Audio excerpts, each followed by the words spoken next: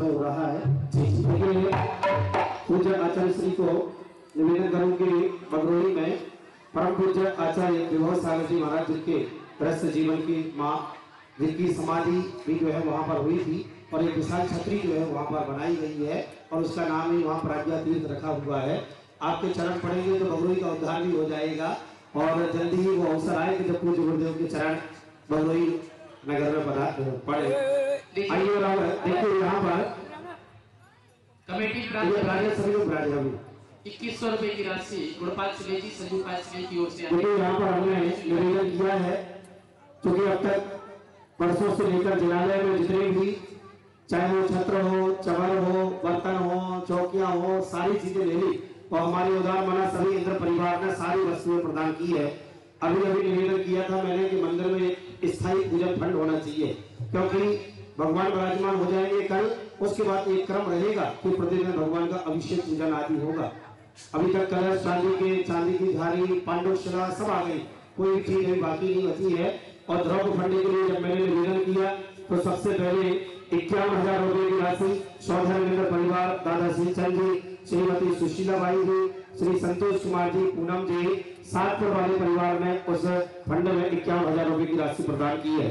श्रीमान सवाई से गई श्रीमान परमानंद जी, श्री अनिल कुमार जी, सातपुर वाले खजुराहो वालों ने 11,000 रुपए की राशि, श्रीमान छोटूलाल जी, केसरवाली, राकेश जी, मुकेश राकेश जी, शोभा जी, मुकेश जी, रचना जी, राही, माही, आगम, नमन, सातपुर वालों ने भी 11,000 रुपए, श्री गौतम चंद जी, साकेत कुमार जी, रक्षित कुमार जी, गणपति गुरे परिवार ने भी 11,000 रुपए की राशि, श्री मनोज कुमार जी, गोरा वालों ने भी 11,000 रुपए की राशि, श्रीमान चक्रेश कुमार जी, सर्वज्ञ कुमार जी, गोरी परिवार ने भी 11,000 रुपए की राशि, श्रीमान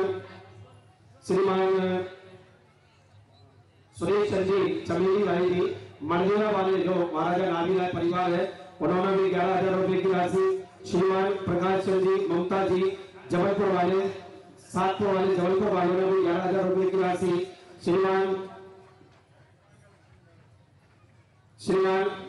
निर्मल कुमार जी, नीलेश कुमार जी, अखिलेश जी, गलीपुर वालों ने भी 11,000 रुपए की राशि, श्रीमान राजा राम जी, सातपुर वालों ने जिन्होंने विजय प्रतिमा का सौभाग्य प्राप्त किया है उन्होंने भी 11,000 रुपए की राशि, 5100 रुपए की राशि श्रीमती माया जी, श्री महेश जी, श्री प्रिंस जी, सातपुर वाले परिवार ने, श्रीमान 5100 रुपए की राशि, न्यू तारा मेडिकल गायक जी, अमरमो वाले साइगा वालों ने 2100 रुपए की राशि, श्रीमान दौलत राम जी, सातपुर वालों ने प्रदान की है। सभी के लिए बहुत बहुत धन्यवाद।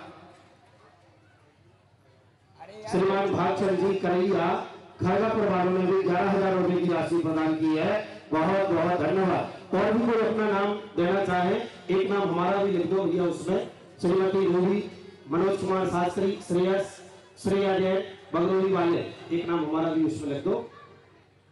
आइए और भी अगर कोई इसमें नाम अपना लिखवाना चाहे तो लिखवा सकते हैं। चलो भैया विसर्जन रह गया।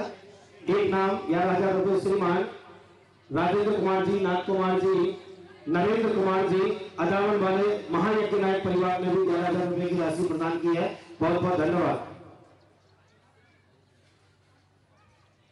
देखो ये तो एक मूल एक अंक है 11,000, लेकिन अगर अपनी शक्ति के अनुसार इसमें 5100 आदि भी लिखवाना चाहे तो भी किसी को मनाही नहीं है, स्वागत है आपकी राशि का।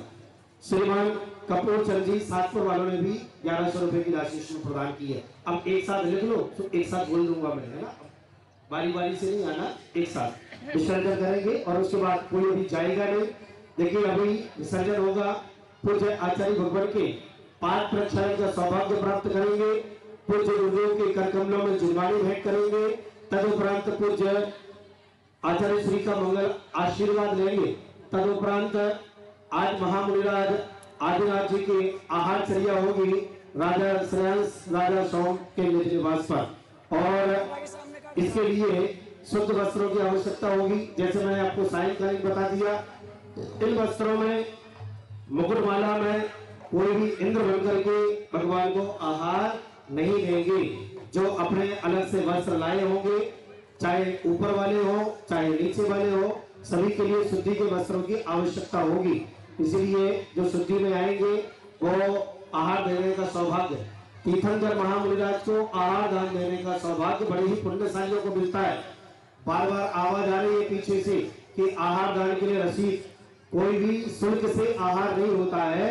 स्वेच्छा से जो भी देना चाहे आहार दान में, आप चाहे आहार दें अथवा ना दें, लेकिन उसके लिए आपकी दान राशि आहार दान में स्वीकार्य होगी। लेकिन आहार दान देने के एवज में कोई भी राशि नहीं ली जाएगी, ठीक है ना। चलिए, 2100 रुपए की राशि, श्रीमान 11,000 रुपए की राशि श्रीमान दिनेश कुमार जी, कमलेश कुमार जी, मनीष कुमार जी, श्रीमती कस्तूरी बाई जी, सातपुर वालों ने जो है 11,000 रुपए की राशि प्रदान की है। बहुत बहुत धन्यवाद। और भी जो महानुभाव अपनी तरफ से राशि देना चाहें, स्वागत है राशि का। नवंग आदि ले लीजिए। विंध्यानुवाजान के रही टूट जो कोई तुम साल दे परम गुरु सोच पूर्ण होए। पूजन विज्ञान हो नहीं जानवान और विसर्जन हो नहीं, क्षमा करो भगवान। मंत्री इंद्रनीनु क्रियाएं जिंदे, क्षमा करो राघो मुझे देवचन की से। आए जो देवगण पूजा भक्ति प्राण ते उपजाओ कृपा कर अपने पर स्थान। आए जो देवगण पूजा भक्ति प्राण ते उपजाओ कृपा कर अपने पर स्थान। आए जो देवगण पूजा भक्ति प्रमाण हे उपजाओ कृपा कर अपने अपने स्थान। ओम ह्राम ह्रीम रघुराम शाउचा रघुराधि पंच परमेश्वरा पूजा विधि शरण करो अपने प्राचमा परम भगवदिया याजनेश्वर। श्री जन्मर की आस काली जैसी चलाए, भव भव के पातक कटे दुख दूर हो जाए। अभी नमस्तु करेंगे तो हम जो भी अन्नदान नास्ति तो विश्रमम तस्मत् कर्ण भागे रक्ष रक्षिनेश्वर। जिनर भक्ति जिनर भक्ति जिनर भक्ति जिनर सदा विष्णु सदा विष्णु सदा विष्णु। नमोस्तु भगवान नमोस्तु गुण नमोस्तु। प्रमुख पात्र हैं जो सौदर राधि महाराज नागराज जी, वो यज्ञशाला में पहुंचेंगे। यज्ञशाला में पहुंचेंगे अभी 2 मिनट रुक जाओ। 2 मिनट के बाद सबको नहीं जाना है, काम भी हो जाए, मंच खाली भी ना हो, ऐसी व्यवस्था से जाना है कुछ पात्रों को। चलिए आइए, और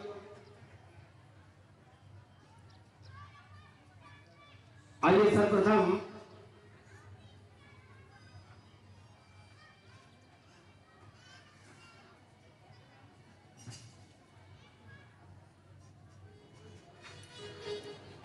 सबसे पहले पूज्य आचार्य भगवान के चरणों तक पहुंचने का सौभाग्य जिनको प्राप्त हो रहा है, ऐसे सौभाग्यशाली परिवार के लिए पाठ प्रक्षालन के आमंत्रित कर रहा हूँ।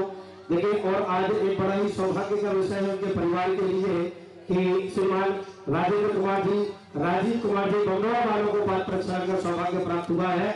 और भैया श्री राजीव कुमार जी का आज जन्मदिन है, और वो जन्मदिन भी ऐसे अवसर पर के पूज्य आचार्य भगवान नगर में विराजमान है और उनके पाठ प्रक्षालन का सौभाग्य प्राप्त हो रहा है। एक बार जोरदार तालियां बजाकर अनुमोदन करें। और भाई साहब राजीव कुमार जी के लिए ढेर सारी जन्मदिन की शुभकामनाएं हम सभी प्रेषित करते हैं। और साथ भेंट करने के लिए हमारे बीच में खरगापुर से विराजमान है श्रीमान खेमचंद जी साहब, सपरिवार पधारे और वो जुर्मानी भेंट करने का सौभाग्य प्राप्त करेंगे। भैया पाठ प्रक्षालन का पात्र वो वाला कैमरा है ना, वो वाला कैमरा उधर लगाओ।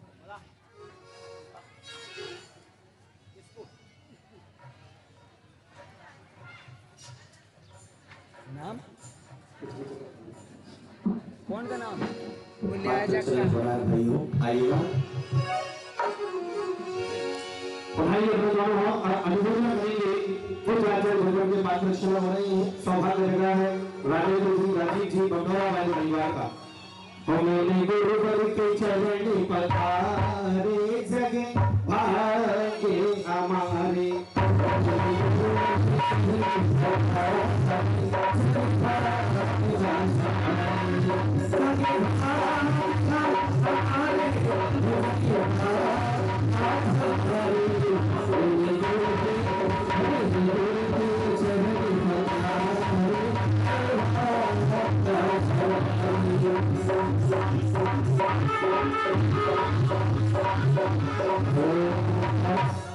आएंगे श्रीमान खेमचंद जी साहब खरगापुर और श्रीमान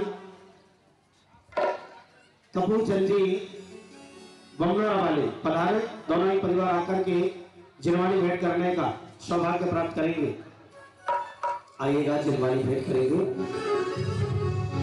वाणी माजी वाणी और कपूर चंद जी दोनों परिवार पधारे और दोनों का कलश और माला पहना करके इनका भी सम्मान करना है। 5 सालों पर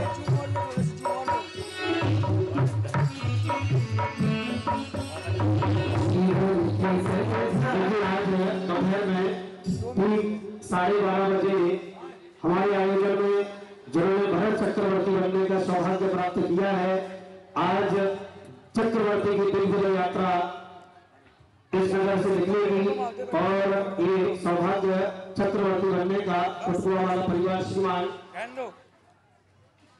दीपचंद जी खुशबुआ वाले, जिनका निवास काली चौड़ा के पूर्व में मुख्य बाजार में है, वहां से चक्रवर्ती की दिग्विजय यात्रा प्रारंभ होगी। सभी महानुभाव श्री निवेदन है कि वहां पधारेंगे। बाहुबली के लिए भी एक बग्घी उपलब्ध रहेगी और भी अगर कोई पात्र नहीं है तो रेलवे कमेटी से संपर्क करके उनको भी अवसर प्राप्त। हाँ भैया, अरे मनोज जी जनवानी सामने देखते जाओ, जो बोला जाए ये थोड़ी व्यवस्था सहयोग किया करो। नितिन भैया कौन से हैं? व्रत लेना चाह रहा है, आ जाओ भैया, नितिन भैया आ जाओ। अरे आओ तो सही, क्या बोलूं ये पक्का पहले आशीर्वाद तो लो, महाराज जी का घोषणा करूंगा मैं। हमारे नितिन भैया व्रत लेना चाह रहे हैं और अरे कपड़े मत खोलो, अभी तैयारी कर रहा है, प्रैक्टिस कर रहे हैं भैया कि भाई व्रत लेंगे तो आगे खोलने भी पड़ेंगे। आ जाओ भैया, आ जाओ, श्रीफल दे दो भैया जी के लिए, आ जाए ऊपर। भैया सम्मान करो, सम्मान हो रहा है भाई, एक बार जोरदार ताली से आगे करेंगे जी।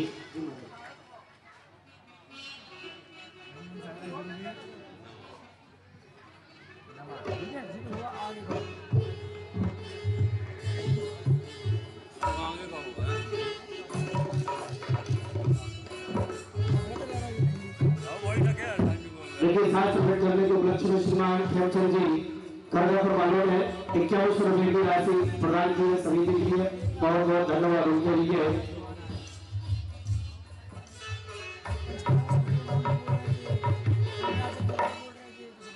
और श्रीमान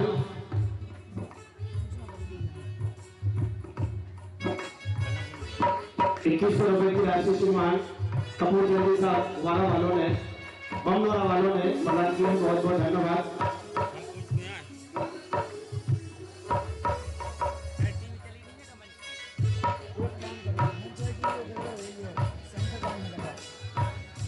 ₹5100 की राशि श्रीमान राजीव कुमार जी बमनोरा वालों ने प्रदान की है।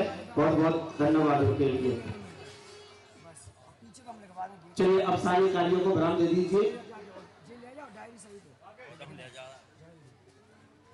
डायरी दे रही है अपनी।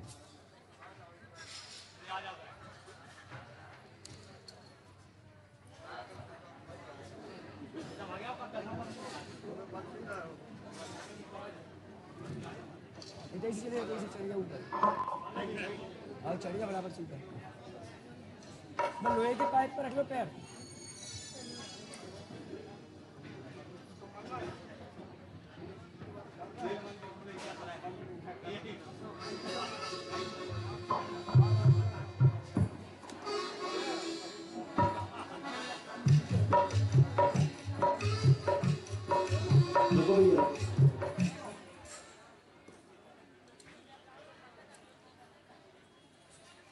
चालू तो है तुम्हारा ही, तुम्हारा ही चालू है।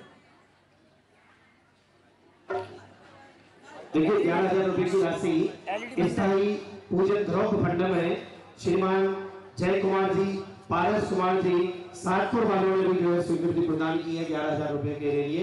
बहुत बहुत धन्यवाद उनके लिए।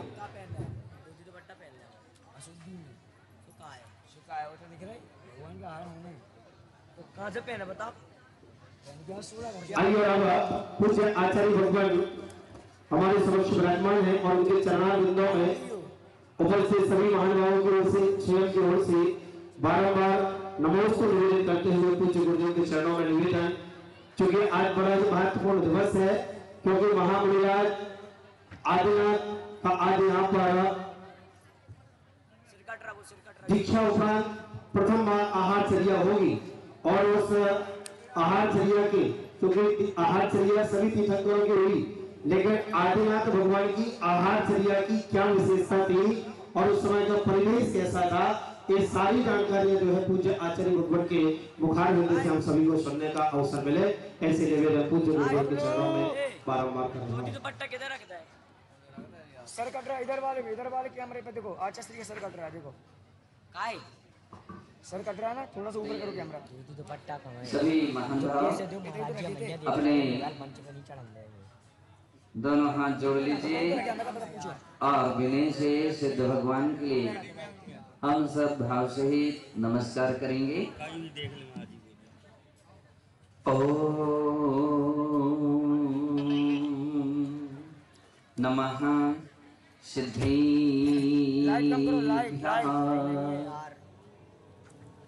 और अनुराग को बोलो तैयार रहना, आहार के लिए भगवान निकलेंगे। देखो अपन लोग बातें कितनी सारी करते हैं और भगवान के नाम पर शांत बैठे रहते हैं।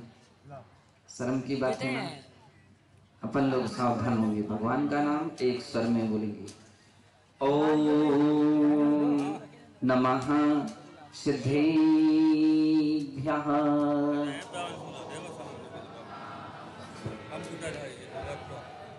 ओम नमः सिद्धेभ्यः।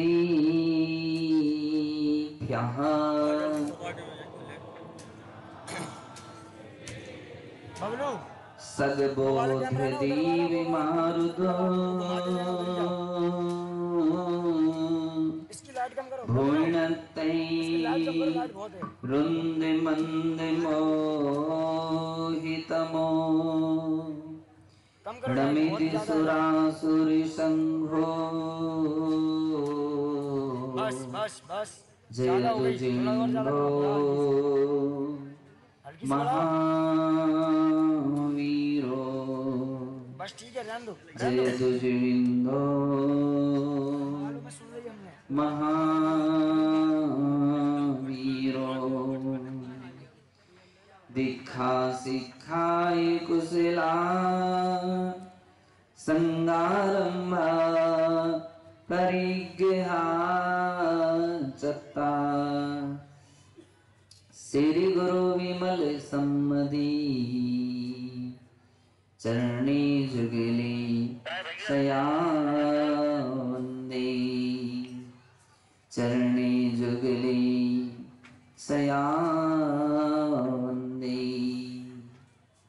जय बोलिए अनंतानंत सिद्धे परमेश्वरी भगवान की, देवाधिदेव श्री आदिनाथ भगवान की, 24 तीर्थंकर भगवान की, परम पूज्य वात्सल्य रत्नाकर गुरुदेव आचार्य श्री विमल सागर जी मुनि महाराज की, परम पूज्य तपस्वी सम्राट गुरुदेव आचार्य श्री सन्मति सागर जी मुनि महाराज की, अहिंसामय विश्व धर्मी की, जबकि परम पूज्य आचार्य भगवान राजशंकराचार्य श्री विराट सागर जी महाराज की, समस्त आचार्य संघ की। बंधु, कल अपन सभी देख रहे थे कि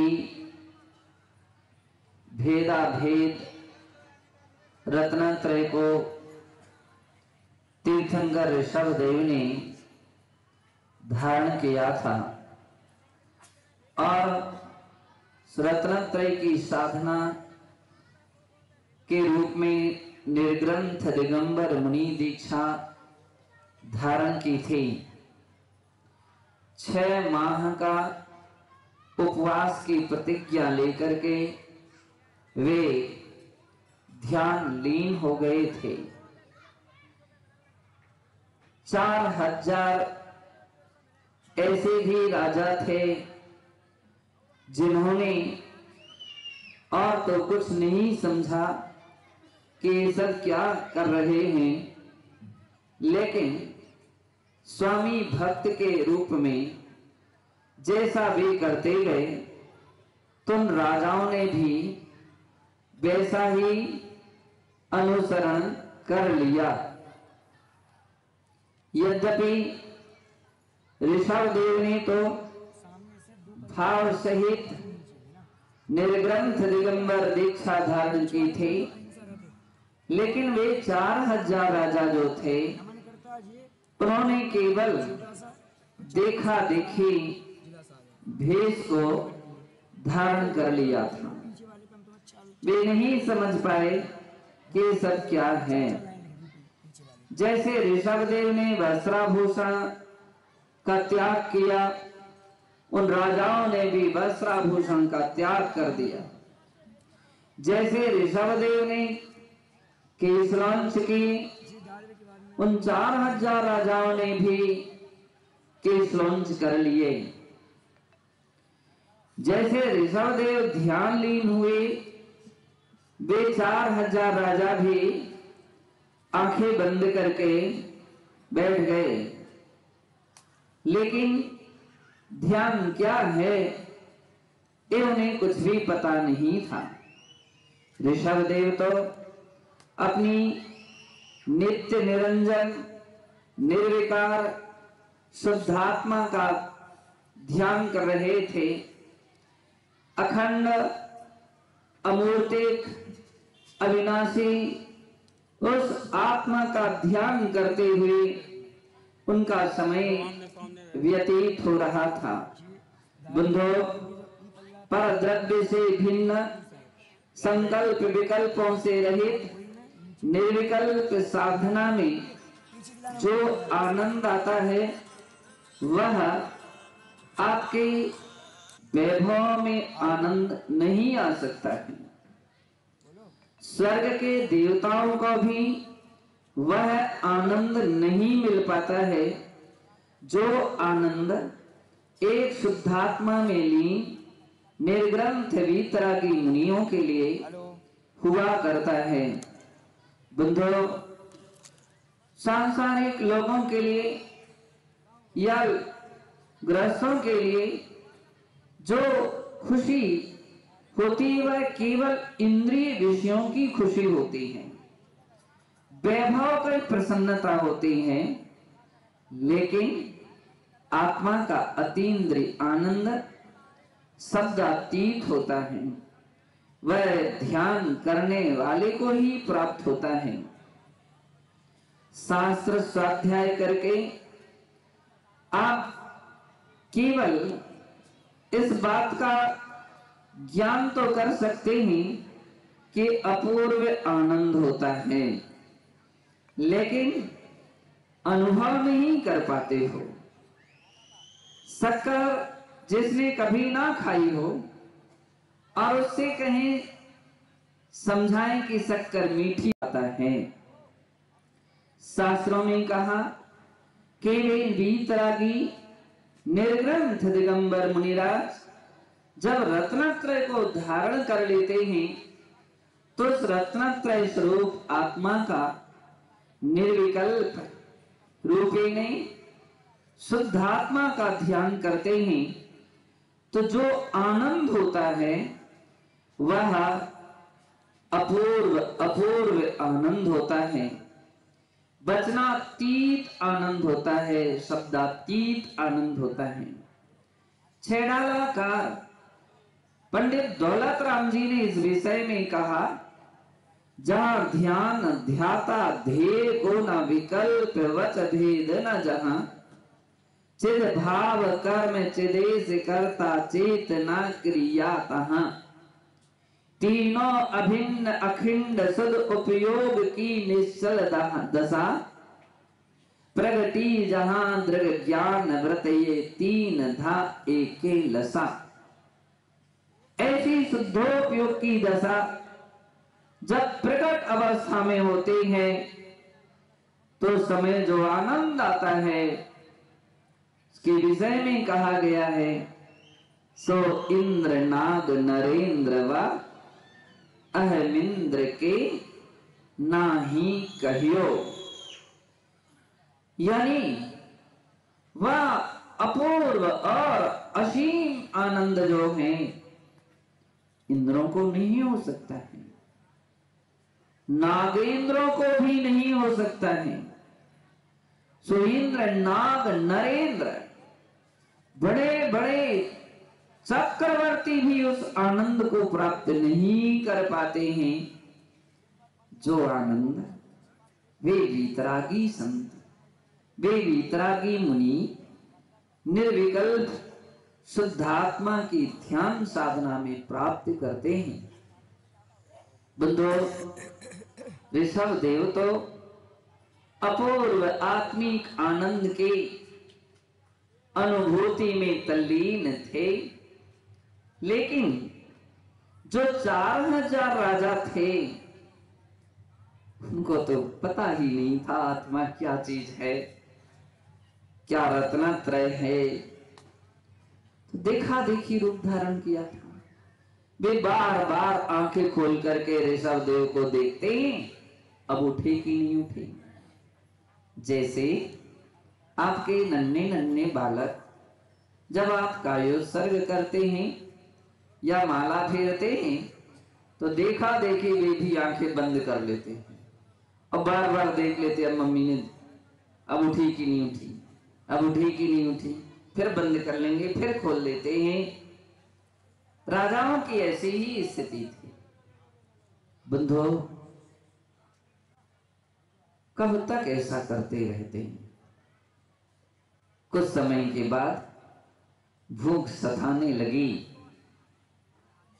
प्यास सताने लगी, डांस मच्छर काट रहे थे तो हाथ चलने लगे, बैठे बैठे पैर दर्द करने लगे, कोई खड़े हो जाते फिर बैठ जाते, कोई इंतजारी में रहते, कोई सोचते क्या करूं, किससे कहूं और कैसे कहूं, भूख सता रही है, प्यास सता रही है।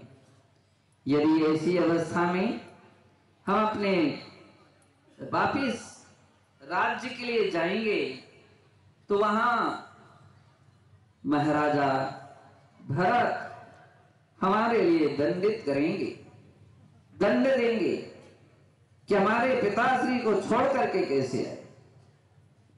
हम क्या उत्तर देंगे? और नहीं जाते हैं तो भूख प्यास सता रही है, क्या करना चाहिए? उन्होंने देखा पास में तालाब बावड़ी वगैरह है, और ये देखो पके हुए फल वृक्षों में लटक रहे हैं, चलो यहीं से अपन अपनी क्षुधा तृप्ति कर ले, तृषा को समाप्त कर ले। और वे उस और कुछ लोग बड़े पानी पीने के प्रयास में जैसे ही वे तालाब में घुसे, फल खाने के लक्ष्य से जैसी वृक्षों के पास पहुंचे, आकाशवाणी प्रारंभ हुई, सावधान, यह दिगंबर मार्ग है, यह साधकों की साधना का पथ है। इस मार्ग में शरीराचार नहीं चल सकता है। यहां तो दिन में श्रावकों के द्वारा नवधा भक्ति परक पूर्वक दिया गया शुद्ध जल और आहार ही खड़े होकर के हाथ में लिया जाता है। 40 दोष टाल करके निर्दोष चर्या परक आहार ही लिया जाता है। यदि यह संभव है और वह भी जिंदगी भर तक के लिए यह संभव है तो श्वेत में रहिए, और यदि संभव नहीं है तो श्वेत का त्याग कर दीजिए, श्वेत को छोड़ दीजिए। बंधु, राजा घबरा गए, कुछ तो वापिस हुए, लेकिन कुछ तो अपने पेट को ही पकड़े थे कि वो भूख सहन ही नहीं हो रही थी। किन्हीं के लिए 2, 4, 6 दिन निकले हुए, किन्हीं के लिए 10, 20 दिन निकल गए। कब तक भूखे बैठे रहेंगे? बंधु, उन्होंने किन्हीं ने पत्ते लपेट लिए, किन्हीं ने छिलके वृक्षों की छाल लपेट ली, किसी ने फूलों की माला लपेट ली, जो जिसको समझ में आया रूप बदल लिए। बंधुओं, कुछ ऐसे भी राजा लोग रहे जो अनवरत ध्यान साधना में बैठे रहे। बंधुओं, 6 माह व्यतीत हो गए। ऋषभदेव आहार चर्या के लिए इसलिए उठते हैं ताकि निर्ग्रंथ दिगंबर मुनि सम्यक प्रकार से आहार चर्या को सीख सकें। और श्रावक जन, श्रावक का प्रधान धर्म आहार दान है, उस धर्म को सीख सकें। ये 2 महत्वपूर्ण उद्देश्य थे उनके। यदि वे चाहते तो आहार ना भी करते तो भी कोई फर्क नहीं पड़ता, क्योंकि वज्र वृषभ नारा सहनन के धारी थे। लेकिन इस व्यवहार धर्म के प्रवर्तन के लिए वे आहार के लिए उठते हैं। बंधुओं, लेकिन तृतीय काल था वो। धर्म का लोगों के लिए जरा भी ज्ञान नहीं था। इसका मतलब यह भी नहीं कि अनीति अत्याचार और प्रवृत्ति करते हो, नहीं। उस समय के श्रावक नीति और सदाचारी थे। बंधुओं, लेकिन वे कभी देखा ही नहीं था, उन्होंने मुनियों को देखा ही नहीं था मुनिचर्या। इसलिए वो तो यही समझ रहे थे जैसे राजा लोग अलग अलग प्रतिदिन, या आप लोग जैसे प्रतिदिन ड्रेस बदलते हैं, भेष बदलते हैं, कभी धोती दुपट्टा पहन लेते हो, कभी पैंट शर्ट पहन लेते हो, कभी पजामा कुर्ता पहन लेते हो, तो उन्होंने समझा कि ऐसा ही कोई तरीका ये भी होगा कि वस्त्र आभूषण का त्याग कर दिया, ऐसा वेश धारण कर लिया हो। लेकिन ये हमारे राजा ही हैं। ना भी ऋषभदेव के लिए उस समय में सभी लोग राजा ही समझ रहे थे। ऋषभदेव आहार चर्या के लिए निकलते हैं, लेकिन कोई समझ ही नहीं पाता। कोई तो हाथ जोड़े ही खड़ा रह जाता, कोई नमस्कार करते ही खड़ा रह जाता, कोई स्वागत करता, कोई उनका सम्मान करता, कोई राजा अपना राज सिंहासन भेंट करने के लिए उतावले होते, कोई अपना हार मुकुट उतार करके महाराजा ऋषभदेव, महामुनि ऋषभदेव के चरणों में रखता। बंधु, कोई फल फूल लेकर के समर्पण करने के लिए आता, कोई पीने लायक ऐसे पेय पदार्थों को उनके सन्मुख लाता, प्रार्थना करता कि हे महाराज, बहुत दिन हो गए हैं आपने भोजन नहीं किया, बहुत दिन हो गए हैं आपने पानी भी नहीं पिया, आप हमारे महलों में चले, हम आपके लिए भोजन कराएंगे, पानी पिलाएंगे। लेकिन ऋषभदेव सभी के लिए भोली भाली जनता के रूप में देखते हुए एरिया समिति से बढ़ते बढ़ते चले जाते हैं।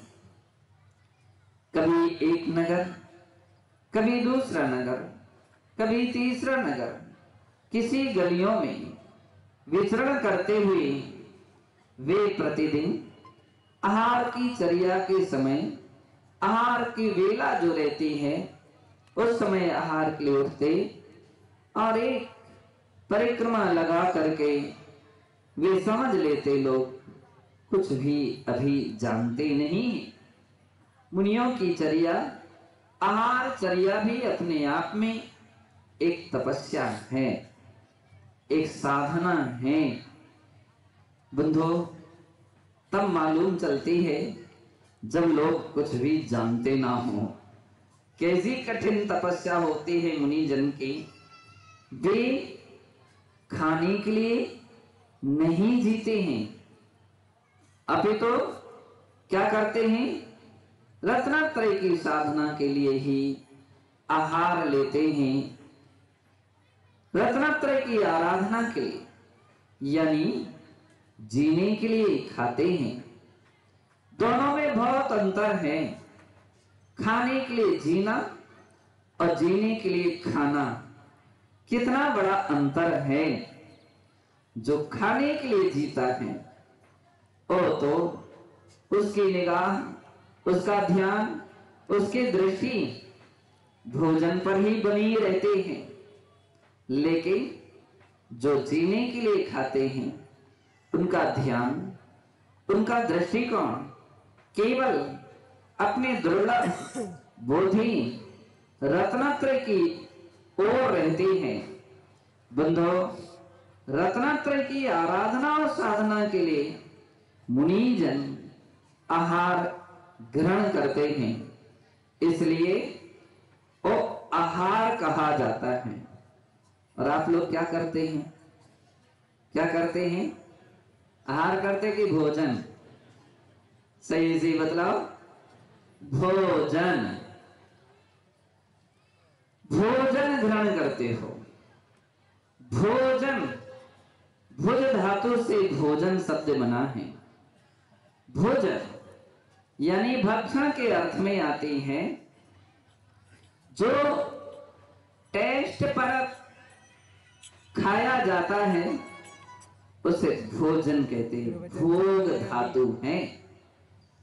भोग, इस वस्तु का कैसा टेस्ट है, इसका स्वाद कैसा है, इसमें नमक कम है तो आप नमक डाल लेते हैं, इसमें छोंक नहीं लगा, छोंक लगा लेते हैं, इसमें मिर्ची नहीं है, मिर्ची डाल लेते हैं, आदि आदि अपनी इच्छानुकूल आप सामग्री का चयन करते हैं। इसलिए आपके उस सारे भोजन, खाने पीने को भोजन कहा जाता है। लेकिन मुनि महाराज भोजन के त्यागी होते हैं, वे भोजन नहीं करते हैं। एक नगर में मैं आहार करके आ रहा था तो एक ग्रामीण व्यक्ति था, श्रद्धालु था, और तो कुछ नहीं जब समझा, उसने हाथ जोड़े, नमस्कार किया और बोले महाराज भोजन आपका हो गया? मैंने कही नहीं, भोजन नहीं हुआ। बोले ठीक, मैं तो अभी देख कर किया रहा। बोले महाराज भोजन नहीं हुआ? मैंने कही नहीं। तो फिर उसने कहा चलो फिर हमारे यहाँ। मैंने कहा मैं भोजन नहीं करता हूं। बोले अरे महाराज तो बड़ी झूठ बोल रहे हैं, अभी तो करके आ गए हैं। वो कह रहे हैं कि किया नहीं, और फिर दूसरी कह रहे करते ही नहीं है। बिना भोजन के कैसे शरीर टिक पाएगा? मैं समझ गया उसकी बात को।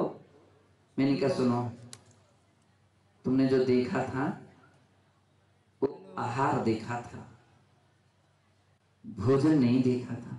हाँ हाँ हाँ हाँ, आहार आहार आहार। साधु जन आहार करते हैं। आहार का अर्थ है कि वे कोई भी टेस्ट नहीं लेते हैं।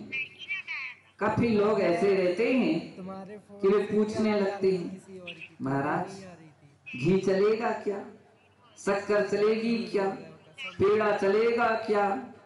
महाराज इस विषय में ना हाँ करते हैं और ना करते हैं। वे कुछ भी नहीं बोलते। ये बात ऐसे बोलने की नहीं होती है। थाली इसलिए नहीं दिखाते हैं कि हम इतने धनपति हैं, बड़े 56 प्रकार का भोजन तैयार किया है। वे इसलिए नहीं, थाली केवल इसलिए देख लेते हैं कि अगर कोई त्याग है उनका तो वे उसके लिए हटाने का संकेत दे देते हैं। और सुधी श्रावक समझ लेते हैं कि महाराज का इस वस्तु का त्याग है, तो उस वस्तु को अलग कर देते हैं। बंधुओं, साधु कहलाते हैं, स्वाद के त्यागी होते हैं, इसलिए वे साधु हैं। आप साधु नहीं हो। कौन हो? समझ लीजिए। आप स्वाद लेते हो तो साधु हो, तो भोजन करने वाले भी हो और साधु भी हो। मुनि महाराज आहार करते हैं और साधु भी हैं, इसलिए आहार करते हैं। कितनी बड़ी बात है। आप लोगों के लिए भोजन की इंतजारी करना पड़ती है, करनी पड़ती है ना। सत्य तो यही है। कई बार पूछ लेते हैं, क्या भोजन बन गया क्या, नाश्ता तैयार हो गया क्या, आए क्या, और इंतजारी करते हो, रोटी तैयार हो गई। महाराज की इंतजारी रोटियां करती हैं, करती कि नहीं? अब देखो, वहां जब चौके में पड़गाने के लिए लोग खड़े रहते हैं, वही तो रोटियां हैं। इसका मतलब उन लोगों को नहीं, लेकिन उनके घर में बना हुआ आहार करते हैं महाराज। क्यों? इंतजारी वो लोग करते कब महाराज आ जाएं। हर घर की ये भावना रहती है, घर के लोगों की, महाराज हमारे यहाँ ही पड़ जाए, रहती कि नहीं? अब कह नहीं पाते, क्योंकि कहेंगे तो महाराज आएंगे नहीं, कह नहीं पाते। अगर बस चले तो लोग तो महाराज को उठा करके ही अपने घर में ले जाएंगे। बंधो, वे मुनिजन केवल एरिया समिति से, और एक मुद्रा है, एक अयाचिक मुद्रा कहलाती है। आहार मुद्रा में कोई याचना नहीं की जाती है। तो अयाचिक मुद्रा के धनी मुनिजन होते, केवल मुद्रा को देख करके सुधी श्रावक समझ लेते हैं कि महाराज आहार के लिए निकल रहे हैं। बंधो, रोटियों के चक्कर नहीं लगाते महाराज, अभी तो रोटियां उनकी परिक्रमा लगाती हैं। कितनी? 3 परिक्रमा लगाती हैं। वे रोटी के लिए नहीं घूमते, रोटियां उनके पीछे घूमती हैं। बंधो, कितनी बड़ी विशेषता है साधना की। धर्म का कोई लोग कहते महिमा क्या है? मैंने कि सबसे बड़ी महिमा है कि तुम 2 हाथ से कमाते हो। कितने हाथ से कमाते हो? 2 हाथ से। वो खाते कितने हाथ से हो? साची साची बात कर रहे हो। कौन सी वाली एक हाथ से खाते हो। और देखो कभी महाराज को कमाते हुए देखा क्या? महाराज कभी एक भी हाथ से कमाते हैं क्या? नहीं कमाते। और खाते कैसे हैं? दोनों हाथ से खाते। ये धर्म की महिमा है। कहते हैं कि बिन मांगे मोती मिले। बिन मांगे है, बिना याचना किए वृत्ति हुआ करते हैं निर्ग्रंथ मुनिराज की। इसलिए बंधो वे आहार करते पर भी आहार नहीं करने के बराबर कहे गए हैं।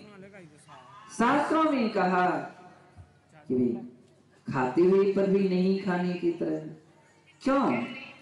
स्वाद नहीं लेते। ये मुद्रा है अंजलि, इसी में सब सामग्री मिला लिया, कहाँ स्वाद आएगा? कोई दाल दे देता है, कोई उसमें नमक, कोई शक्कर डाल देता है, कोई कुछ डाल देता।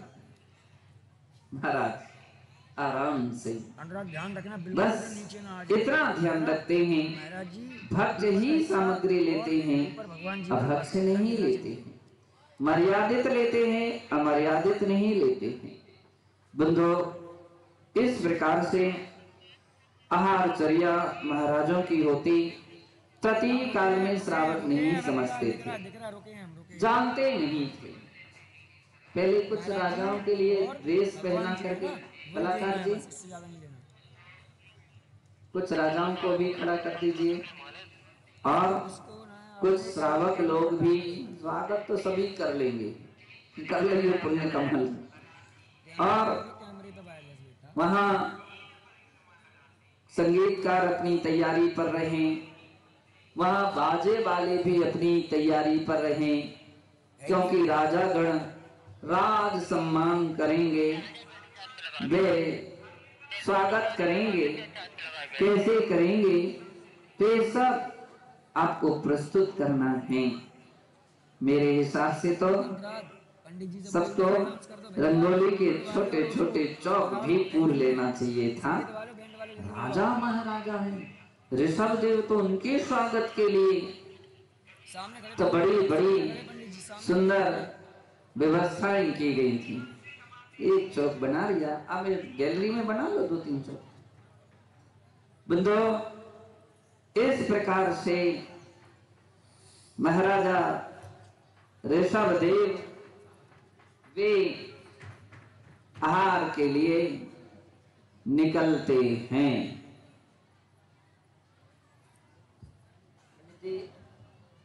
बहुत देरी कर रहे हो,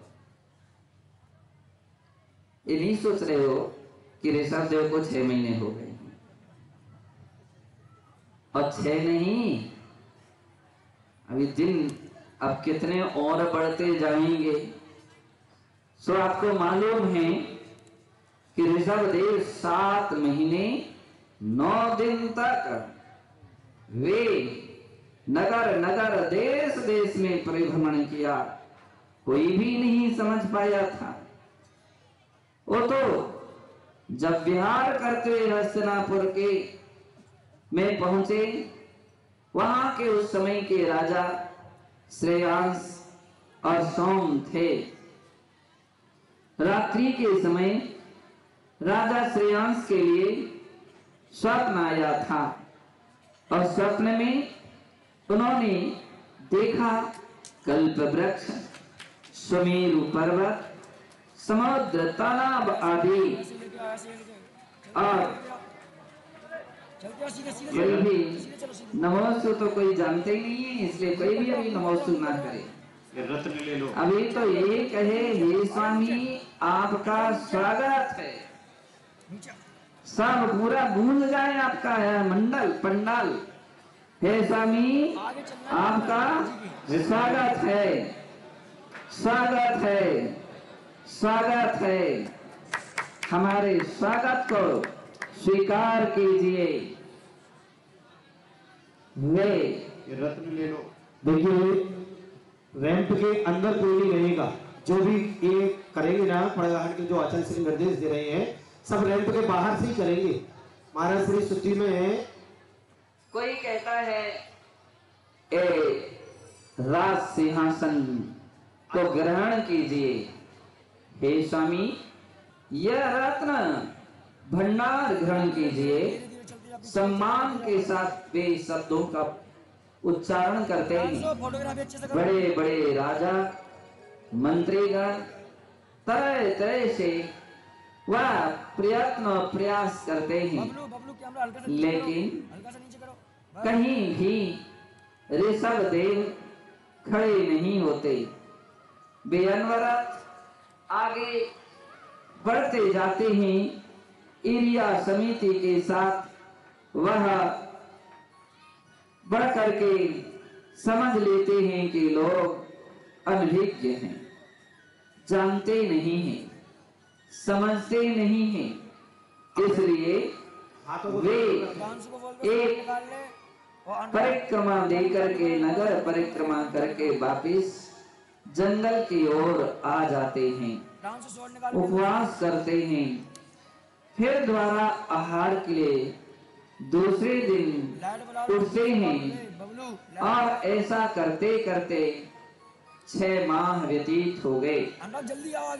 बंधु, हस्तिनापुर के राजा श्रेयांश और सोम राजसभा में बैठे हैं और अपने पुरोहित के लिए बुला करके पूछ रहे हैं स्वप्नों के अर्थ। पुरोहित कहता है कि हे महाराजा श्रेयांश, आज अपने राजभवन में ऐसे कोई सुमेरु पर्वत की तरह विशाल व्यक्तित्व को धारण करने वाले महापुरुष का आगमन होगा। हे महाराज, आगे निकलो, आपने जो कल्प वृक्ष देखा है, आगे। इसका अर्थ है कि उल्लिखित दान आज अपने राज्य में बटेगा। जो आपने समुद्र देखा है, इसका अर्थ है समुद्र की तरह अतुल रत्न भंडार, रत्नों की पंचाश्चर्य आकाश से वर्षा होगी और सारी पृथ्वी ही समुद्र के रूप में रत्नों का समुद्र बन जाएगी।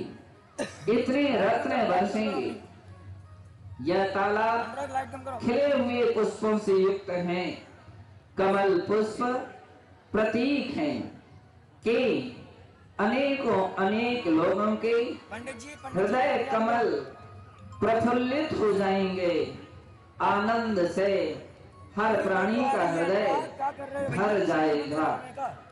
जैसे ही ये बात कही, तुरंत ही उसी समय एक द्वारपाल दौड़ा दौड़ा आया और उस द्वारपाल ने महाराजा श्रेयांश से निवेदन किया कि हे महाराज, राजाधिराज ऋषभ देव का राजमार्ग पर राजमहल की ओर प्रवेश हो रहा है। राजा श्रेयांश गदगद हो गया, बहुत सुखद समाचार दिया। जाओ मंत्रियों, महाराजा ऋषभ देव का राजसी सम्मान करो। और मंत्रीगण राजसी सम्मान करने के लिए पहुंच गए। कैसे संगीत का बतलाओ, कैसे सम्मान किया? हे महाराज, संगीत बोलेंगे नहीं, संगीत संगीत बचे। हे महाराज, रत्न ले लो, मेरे महल में प्रवेश कीजिए। आपको क्या चाहिए? आप कुछ कहते क्यों नहीं? स्वागत महाराज, स्वागत स्वागत स्वागत। बंधुओं, फिर से द्वारपाल ने, राजमहल के प्रमुख द्वारपाल ने आकर के कहा, ऋषभ देव तो कहीं रुक ही नहीं रहे हैं। हे महाराज, वे राजमहल के प्रांगण में आ गए हैं। श्रेयांश ने कहा, मैं चलता हूँ। और दूर से देखते ही वो समझ गया के ऋषभ देव तो ये मुनि हैं। पूर्व भाव में मैंने उन्हें, वे मेरे पति थे वज्रजंग चक्रवर्ती और मैं उनकी पत्नी श्रीमती थी। मैंने उनके लिए चारण रिद्धिधारी के लिए हम दोनों ने आहार दिया था। ये तो दिगंबर मुनि हैं, उनकी नवदा भक्ति होती है और उसके मुख से निकल गया, हे स्वामी नमोस्तु नमोस्तु नमोस्तु। अत्र अत्र अत्र तिष्ठ तिष्ठ तिष्ठ। जाते स्मरण होते ही पूर्व भाव का ज्ञान हुआ। उसने परिवहन किया, भक्ति भरी भावना से 3 परिक्रमा लगाई। सभी लोग नहीं लगाएंगे, खाली वही राजा श्रेयांश और राजा श्रेणी, बाकी लोग राजा श्रेयांश और राजा सोम परिक्रमा लगाएंगे। बंधुओं, उसने विनय के साथ हाथ जोड़ करके प्रार्थना की कि हे स्वामी, मन शुद्धि, वचन शुद्धि, काय शुद्धि, आहार जल शुद्धि। हे स्वामी, आप भोजनशाला में प्रवेश कीजिए और विनय पूर्वक वह उन्हें भोजनशाला की ओर राजमहल में ले जाता है और वहां वह नवधा भक्ति पूर्वक बंदो विधि विधान से आहार कराता है। पंडित जी ध्यान रखेंगे और पीछे कमंडल क्यों भैया, अलग से कैसे ले जाते हैं? उन्हीं के हाथ में दो, चलो। हाँ, हस्तिनापुर नगरी में। और पंडित जी आगे की पूरी व्यवस्था बड़े ध्यान से और मर्यादा के साथ वहां जाकर के बनाएंगे।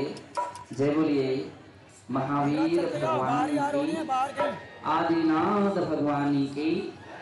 छोटे का ध्यान रखते हुए जाएंगे सभी लोग। एक सब लीजिए, आगे ध्यान रखेंगे शुद्धि का। आहार के समय शुद्धि का हर व्यक्ति को ध्यान रखना। ऐसा ना समझे मूर्ति है। मैटी से आएंगे।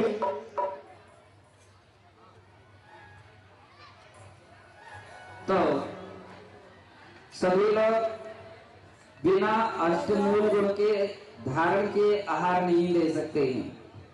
अगर किसी के अंतरजातीय विवाह या विधवा विवाह हुआ है, वो आहार नहीं ले सकता है। यदि किसी के अंग भंग या अधिक है, वो आहार नहीं ले सकता है। शुद्धि नहीं है, वो आहार नहीं ले सकता है। कृपया ध्यान रखें, पूर्व कर्म के उदय से ऐसी सब अवस्थाएं बनती हैं। हम नए कर्म का बंध ना करें। तीर्थंकर भगवान की गरिमा और मर्यादा का यथोचित ध्यान रखें। शुद्धि पूर्वक आहार दें। हाथ पैर धोकर के ही भोजनशाला में प्रवेश करें। लिपस्टिक या और कोई ऐसी अशुद्ध सामग्री हो वो अलग कर दें। मोबाइल लेकर के अंदर प्रवेश ना करें। यज्ञोपवीत धारण करने वाला आहार दे। अष्टमूल गुण का प्रतीक है, तो उसको धारण करके ही आहार दे।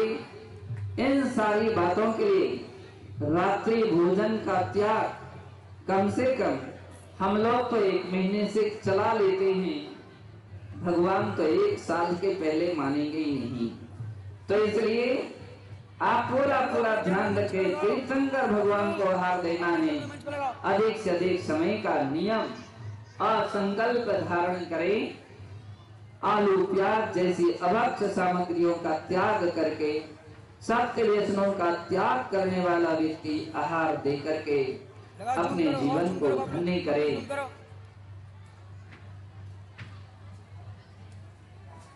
और इसके बाद यह भी ध्यान रखें कि जो लोग यहाँ से चौके में जाएंगे वे वस्त्र चेंज करके चौके में जाएं। करो और यहाँ के वस्त्र चौके में नहीं चलेंगे। और कोई झूठ बोल देगा तो उसका पाप उसको लगेगा, इसलिए कोई झूठ भी ना बोले। इन बात का ध्यान रखें। ओम नमः। अभी ध्यान रखें, आहारचर्या में जो आहार देने जा रहे हैं, जो चौके में प्रवाह करेंगे आचार्य भगवान को या साधु को आहार देंगे, वो वस्त्र चेंज करके चौके में आएंगे। जो भगवान को आहार देने वाले वस्त्र हैं वो चौके वाले वस्त्र नहीं चलेंगे, इसलिए उनको वस्त्र चेंज करने होंगे। अभी आचार्य भगवान